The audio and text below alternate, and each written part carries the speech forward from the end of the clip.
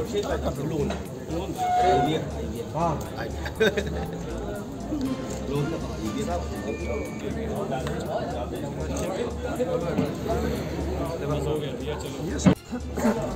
आलम सलमानी प्रदेश अध्यक्ष।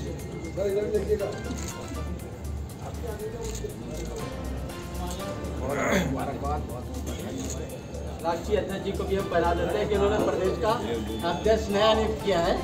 एक बार जोरदार तालियों से हमारे साथियों के लिए भाई लोग सामने देखिए जरा। सामने भी नहीं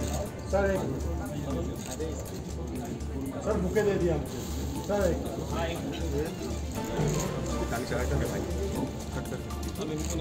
पसमानदा मुस्लिम समाज के भागीदारियों को लेकर के हम लोगों ने आज एक प्रेस कॉन्फ्रेंस रखा है। ये बात कही कि हमारी 8 मांगे हैं पसमानदा मुस्लिम समाज की, उनके फला बहबूदी के लिए। 8 मांगों को आप मान लीजिए। पसमानदा मुस्लिम समाज आप 8 मांगों को मान करके और लागू कर दीजिए। लागू करने के बाद पसमानदा मुस्लिम समाज आपके बारे में विचार कर सकता है। पुलिस का अटैक हुआ, उनको थोड़ा सा आने जाने की दिक्कत होती है, तो प्रदेश के कोने कोने पे जाने में दुश्वारी होती है।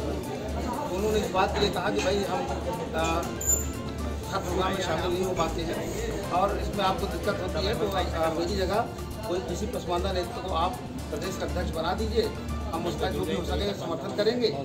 तो हमने उनको भाई यहाँ पर खुर्शीद आलम सलमानी साहब हैं और वसीम रानी साहब हमारे प्रदेश अध्यक्ष थे। उनके काम को, पिछले काम को देखते हुए, जो उन्होंने हमारे साथ इतने सालों तक काम किया, उनके काम को देखते हुए हम राष्ट्रीय कमेटी में उनको ले जा रहे हैं। आज वसीम रानी साहब को हम पसमानदा मुस्लिम समाज के राष्ट्रीय उपाध्यक्ष के नाम से उनकी घोषणा करते हैं कि वह आज से पसमानदा मुस्लिम समाज में राष्ट्रीय उपाध्यक्ष के नाम से वसीम रानी हैं। और दूसरी घोषणा है कि वसीम रानी के सिफारिश पर, उनके कहने पर कि मैं काम नहीं कर सकता, अभी दिक्कत हमको हो रही सेहत की, धंधारा पूरे प्रदेश नहीं कर पाते हैं, उन्होंने खुर्शीद आलम सलमानी साहब के लिए कहा है।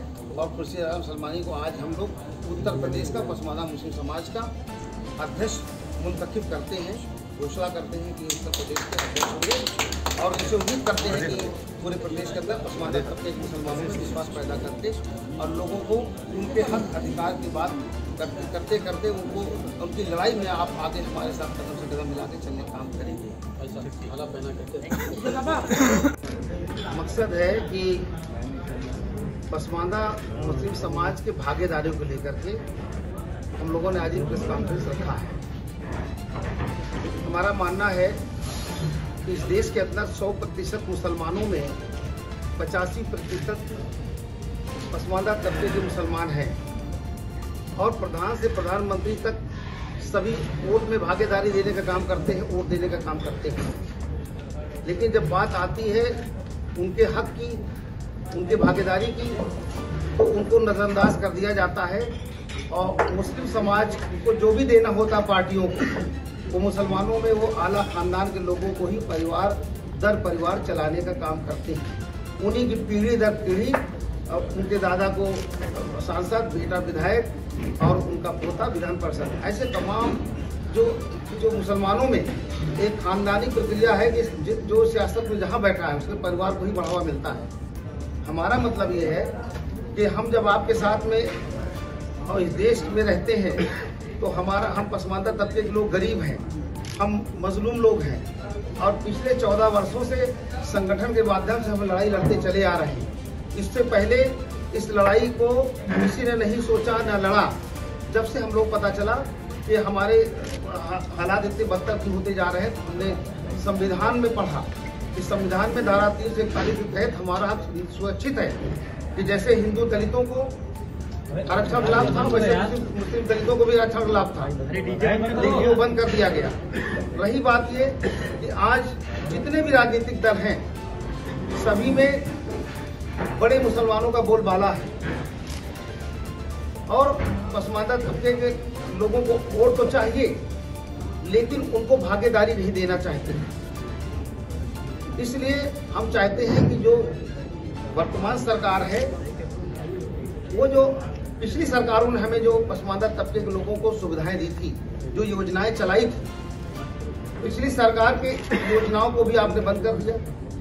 एक तरफ आदरणीय मोदी जी अपने राष्ट्रीय कार्यकारिणी की बैठक में पहली बार पसमानदा मुस्लिम समाज की चिंता जताई और दूसरी तरफ पसमानदा मुस्लिम समाज को पिछली सरकारों द्वारा मिल रहे सुविधाओं को भी, योजनाओं को भी बंद करने का काम किया।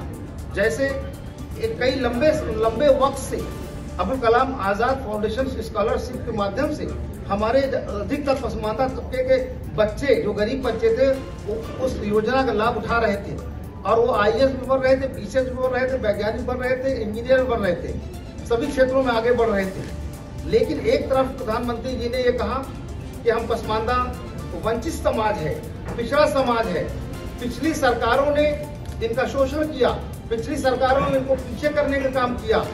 लेकिन मैं पूछना चाहता हूं कि लगभग 2 साल का वक्फा गुजर गया, प्रधानमंत्री जी ने केवल पसमानदा मुस्लिम समाज के बारे में केवल बातें की है, उन पे चिंता जताई है, लेकिन अभी तक कोई कार्य योजना बना करके लागू करने का काम नहीं किया। 2 साल होने जा रहा है, तो इसलिए उनकी भी ये पिक्चर साफ हो गई कि आप पसमानदा मुसलमानों के वोट को तो चाहते हो, आप तमाम अपने पार्टी में मुस्लिम लीडर जो बैठे हुए हैं चाटुकार, उनको इस्तेमाल करके पसमानदा मुस्लिम समाज में बिखराव, अलगाववाद करना चाहते हो, मुसलमानों को तोड़ना चाहते हो।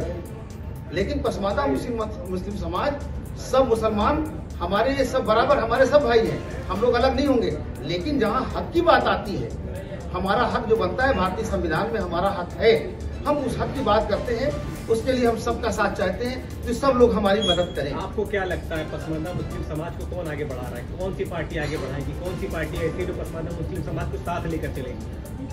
अभी तक तो मैंने जब से राजनीति शुरू किया है सभी जगह ये बात की है कि पसमानदा को आगे बढ़ाना चाहिए, लेकिन अभी तक सच में पसमानदा को उनके आबादी के अनुरूप अभी कोई भागीदारी नहीं दी है। जो भी मुसलमानों को अगर कोई भागीदारी दी गई है तो उसमें मुसलमानों को ऊंची जात के लोगों को ही सम्मानित किया गया, पसमानदा को नजरअंदाज किया गया, वो कोई भी दल हो। इसलिए हम चाहते हैं कि पसमानदा मुस्लिम समाज को उनके आबादी के हिसाब से सभी राजनीतिक दल, शासन, सत्ता, सरकार, पार्टी, संगठन में उनकी भागीदारी सुनिश्चित की जाए। देश का सबसे बड़ा चुनाव होने वाला है लोकसभा का, 85% लोकसभा चुनाव लेकर क्या तैयारियां हैं और किस पार्टी को या दल को आप समर्थन कर रहे हैं या फिर अपने कैंडिडेट आप उतारेंगे या किसी साथ अलायंस है? अभी तक देखिए, जब से पसमानदा मुस्लिम समाज बना है तब से 14 साल हो गया, देश का पहला संगठन है और जो रजिस्टर्ड संगठन पहला है मेरा। और मैंने 14 वर्षों में पूरे देश के अंदर 8 राज्यों, उत्तर प्रदेश समेत 8 राज्यों में लोगों को जगाने का काम किया। और आज वो संगठन शुरू से ही समाजवादी पार्टी को समर्थन करता रहा है और आज भी समाजवादी पार्टी का ही समर्थन करेगा। रही बात पसमानदा मुसलमानों की भागीदारी के लिए, हम अपने नेता माननीय अखिलेश यादव जी से अपनी भागीदारी को लेकर के हमेशा उनसे हम लड़ते रहेंगे। वो मेरे घर की लड़ाई है। आप समर्थन कर रहे हैं तो यानी आप कोई सीटों पे भी चुनाव लड़ेंगे पश्चिम की तरफ? बिल्कुल, अभी उन्होंने जो सीटों का ऐलान किया उसमें अभी जो ऐलानात होने हैं, मुझे पूरा विश्वास है कि माननीय अखिलेश यादव जी पसमानदा मुसलमानों को अब टिकट दे करके उनके भागीदारी को सुनिश्चित जरूर करेंगे। पसमानदा मुसलमानों को टिकट देंगे पर आपके संगठन की ओर से कोई नहीं? अभी संगठन की ओर से देखिए, बात उठी थी, इससे पहले भी राज्यसभा की बात थी, तब मुसलमानों में ये तमाम अफवाह फैली कि कोई भी मुसलमान राज्यसभा नहीं भेजा गया। मेरी मांग थी, जब पीडीए की बात हो रही है तो जब हिंदू समाज में बैकवर्ड के नाम पर, पिछड़े के नाम पर उनको भागीदारी दी जाती है, तो मुसलमानों पे अल्पसंख्यक के नाम पर बड़े मुसलमानों को भागीदारी दी जाती है और पिछड़े मुसलमानों को नजरअंदाज कर दिया जाता है। मेरी सबसे बड़ी लड़ाई है ये कि पीडीए में जब बात आ रही, पीडीए का मतलब अति अल्पसंख्यक में भूल जाते हैं। जैसे हिंदू समाज में आप सबका बंटवारा करते हो कि 10 यादव समाज हो गया, कुमार समाज हो गया, लोधी समाज हो गया, निषाद समाज हो गया, केवट समाज हो गया, कश्यप हो गए, तो सबकी भागीदारी आप सुनिश्चित करते हो। तो आपको भी जब अल्पसंख्यक की बारी आती है तो पिछड़े मुसलमान जो देश के अंदर 85% सबसे अधिक तादाद में है, उसकी भागीदारी देना चाहिए। हम लोगों ने माननीय अखिलेश यादव जी से बात कहा है, आगे उन्होंने वादा किया है कि हम आने वाले दिनों में धीरे धीरे आपकी भागीदारी बढ़ाने का काम जरूर करेंगे। आप शामली से तारीख टिकट देंगे तो क्या आपके संगठन की ऐलान कर दिया, हमारी तैयारी शुरू हो गई। पसमानदा मुस्लिम समाज से टिकट दिया गया? हाँ, मतलब आपके संगठन से? मतलब देखिए, हमारा मतलब ये नहीं है पसमानदा की भागीदारी, अगर हमारे संगठन जो कोई काम करे तो ना करे, पसमानदा होता है, वो हमारे साथ काम करे तो ना करे, क्लियर होना चाहिए। लेकिन नेता नेता को समझना चाहिए कि जिसने इतना बड़ा आंदोलन खड़ा किया देश के अंदर, पसमानदा मुसलमानों को खड़ा करके और हमको लाभ पहुंचाया, पार्टी को वोट दिलाने का काम किया, तो पहला हक तो मेरा बनता है। लेकिन मुझे इसकी कोई शिकायत नहीं है, किसी भी पसमानदा को मिल जाए, मुझे कोई दिक्कत नहीं। एक और सवाल, 13,000 मदरसे ऐसे पाए गए हैं जो कि अवैध है और उनको बंद करने की सिफारिश की गई, हालांकि कार्रवाई भी की जा रही थी, इस पर क्या रिएक्शन है? देखिए, जो इस देश के अंदर जो भी अवैध कार्य हो रहे हैं, मैं उसका समर्थन नहीं करता, मैं उसका वोट नहीं करता। आपको क्या लगता है जो मदरसे वो अवैध है? नहीं रही, देखिए अगर अवैध है और उनको बंद कर दिया जा रहा है, तो ये द्वेष भावना के चलते, मदरसा मुस्लिम तुष्टीकरण के चलते, हिंदू तुष्टीकरण के चलते मदरसों को तंग करने की बात आती है, तो वो गलत है। लेकिन सरकार को ये भी सोचना चाहिए, तमाम संस्कृत पाठशाला और उनके विद्यालय भी मदरसा की तरह चल रहे हैं, वहाँ तो उनका कोई ताना बाना नहीं है, तो फर्जी पेमेंट हो रहा है, तो जितना मदरसों पर शिकंजा कसा जा रहा है, उतना तमाम आरएसएस के स्कूल चल रहे हैं, उस पर भी शिकंजा कसना चाहिए। मनीष भाई, आपको अगर समाजवादी पार्टी लोकसभा का टिकट देती है तो आप कहाँ से लड़ना चाहेंगे? देखिए, समाजवादी पार्टी हमारा कोई अपने लिए मांग हम कभी नहीं करते हैं कि हम अपने समाजवादी पार्टी पसमानदा मुसलमानों के आबादी का लोग उनको भागीदारी दे दे, उसमें कोई भी मुसलमान आ सकता है, मुझे इसकी कोई दिक्कत नहीं कि मुझे ही भेजा जाए, लड़ाया जाए। हम तो चाहते हैं पसमानदा तबके के लोग को टिकट मिले और हम लोग तन मन धन से उनको लड़ाने का काम करें, लोकसभा भेजने का काम करेंगे। निगाह है और ओवैसी भी अपने उम्मीदवार उतार रहे हैं, तो ऐसे में नहीं लगता कि मुस्लिम वोट बटेगा? देखिए, मुस्लिम वोट बिल्कुल बटने वाला नहीं है। यहाँ का मुसलमान समझदार है, अब पढ़ा लिखा और नौजवान तबके के लोग बहुत होशियार हो गए हैं। वो जानते हैं कि असदुद्दीन ओवैसी की पार्टी वो भाजपा की बी टीम है, वो केवल मुस्लिम वोटों को डिवीजन करके कुछ मुस्लिम वोटों को हत्या करके भारतीय जनता पार्टी को जिताने का काम कर रही है, और मुसलमान किसी भी हालत में IMM के साथ में नहीं जाएगा, वो केवल इंडिया गठबंधन को समर्थन करने का काम करेगा।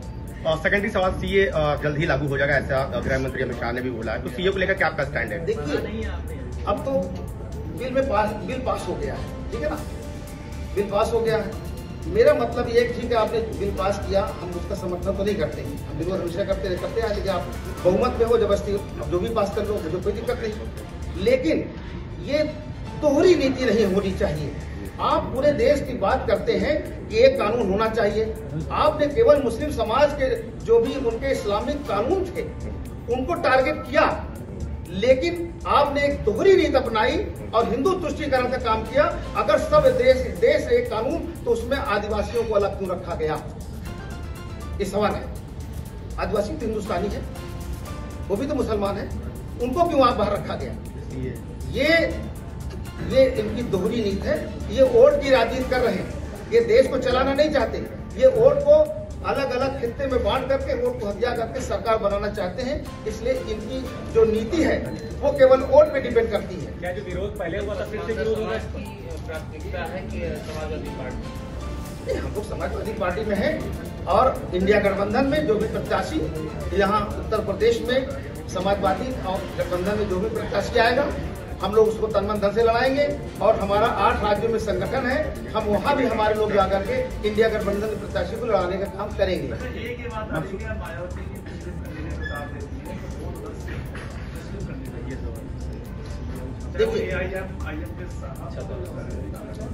देखिए, इस बार का जो चुनाव हो रहा है लोकसभा का, ये पिछले चुनाव से अलग है।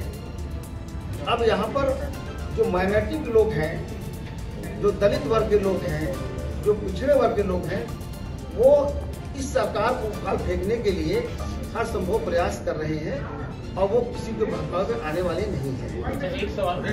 भागीदारी मिलती है तो फिर तो कोई बात ही नहीं है, अगर नहीं मिलती है तो फिर वोट को कहीं न कहीं मुस्लिम वोट को डैमेज करने की कोशिश करेंगे।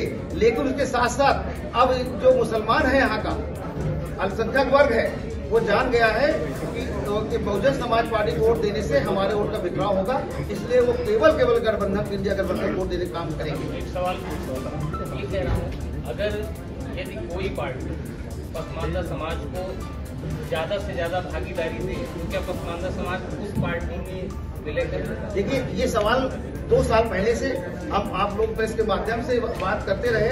हमने भारतीय जनता पार्टी के नेताओं का बुलावा आया, मैं उनके वरिष्ठ नेताओं से मुलाकात किया और एक नहीं, मेरी 1 दर्जन मुलाकातें हुई। हमने पसमानदा के जितना हमारा साहित्य था, हमने उच्च वर्ग ऊंचे नेताओं को भी साहित्य दे करके और पसमानदा मुसलमानों को मसाइल को समझाने की कोशिश किया। उसी का नतीजा के माननीय नरेंद्र मोदी जी ने पसमानदा पे कवायद शुरू किया। लेकिन सवाल एक आपका है कि क्या भागीदारी देगा। हमने उनको ये बात कही कि हमारी 8 मांगे हैं पसमानदा मुस्लिम समाज की, उनके फलाह बहबूदी के लिए। 8 मांगों को आप मान लीजिए, पसमानदा मुस्लिम समाज आप 8 मांगों को मान करके और लागू कर दीजिए।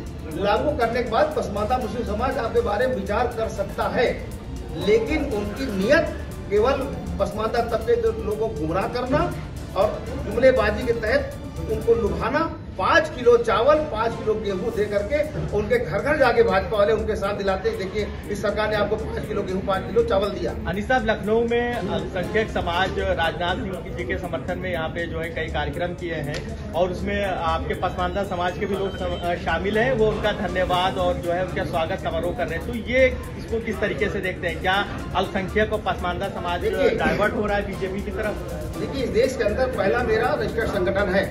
अब जब भारतीय जनता पार्टी के नेता, देश के प्रधानमंत्री जब पसमानदा की बात की तो बरसाती मेढक की तरह कई संगठन पसमानदा के नाम से खुल गए हैं और वो सारे के सारे संगठन भारतीय जनता पार्टी को समर्थन करने की बात कर रहे हैं।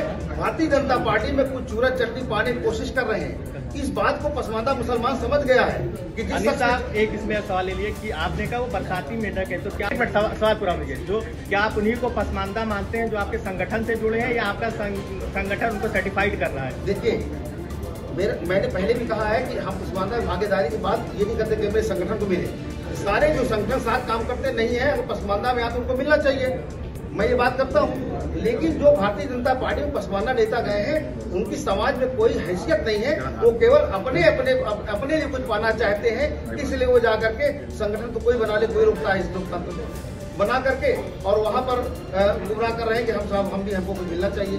लेकिन देश की जनता ये पसमानदा जानते हैं कि पसमानदा संस्थापक कौन है और पिछले 14 साल तक सड़कों पर मेहनत किया पसमानदा को इकट्ठा करने की। ये जानते हैं। अखिलेश से कितनी सीटों मांग की? एक है कि 2 है? कितनी सीटों पर? देखिए, मेरी मांग तो हमारी जो आबादी है, हमने आबादी के हिसाब से जो हमारी कुल मुसलमानों में 85% पसमानदा मुसलमान है, 15% अपर कास्ट का मुसलमान है। तो हमारे आबादी के हिसाब से आप टिकट दे दीजिए। हम जानते हैं कि हो सकता है कि ये दिक्कत दुश्वारी हो, लेकिन मैं चाहता हूँ कि जो भी हो सके ज्यादा ज्यादा भागीदारी माननीय अखिलेश यादव जी देंगे, मुझे पूरा ये विश्वास है। क्या आप कहीं से टिकट मांग रहे हैं? नहीं, मैं टिकट कहीं से नहीं मांगता हूँ। मैं पसमानदा के लिए टिकट मांगता हूँ, पसमानदा की भागीदारी की बात कर रहा हूँ। भागीदारी होनी चाहिए। आज बहुत बड़ा दिन था मेरे लिए, क्योंकि मुझे अपने समाज की सेवा करने का मौका मिला है और प्रदेश अध्यक्ष के पद पे हमको नियुक्त किया गया है। इसके लिए मैं अपने राष्ट्रीय अध्यक्ष माननीय अनीस मंसूरी साहब का बहुत बहुत आभार प्रकट करता हूँ और उनको धन्यवाद देना चाहता हूँ। हमारी आगे आने वाली कार्य योजनाओं में पसमानदा मुस्लिम समाज, जो कि एक पिछड़ा वर्ग है, जिसकी 85% मुसलमानों की 85% आबादी जो है वो पसमानदा है। उत्तर प्रदेश के अंदर देखें या देश के अंदर देखें तो 85% मुस्लिम आबादी पसमानदा की है, लेकिन पसमानदा को उनका हक नहीं मिलता है। उसकी लड़ाई माननीय अनीस मंसूरी साहब 16 सालों से लड़ रहे थे। इनका सबसे पहला संगठन था जिसने पसमानदा की बुनियाद को रखा। उसके बाद ही सारे पसमानदा समाज के लोगों को इकट्ठा भी किया, बहुत सारे संगठन भी बने और बहुत सारे संगठन खत्म भी हो गए। अभी हाल ही में माननीय प्रधानमंत्री नरेंद्र मोदी जी ने पसमानदा का जिक्र करके एक बार फिर से हम लोगों को एक नई आस जगाई है कि पसमानदा मुस्लिम समाज जो है वो अपेक्षा का शिकार हुआ है। और मैं ये चाहता हूँ कि हमारे आने वाले मुस्तकबिल, उनके बच्चे और आज का फ्यूचर उनका कैसे सिक्योर किया जाए, इसलिए हम लोग शिक्षा पे बड़ा काम करेंगे और शिक्षा को प्राथमिकता देंगे और स्वास्थ्य को भी प्राथमिकता देंगे। जब शिक्षा और स्वास्थ्य दोनों हम लोगों को मिलेगा तभी हम लोग आगे बढ़ पाएंगे।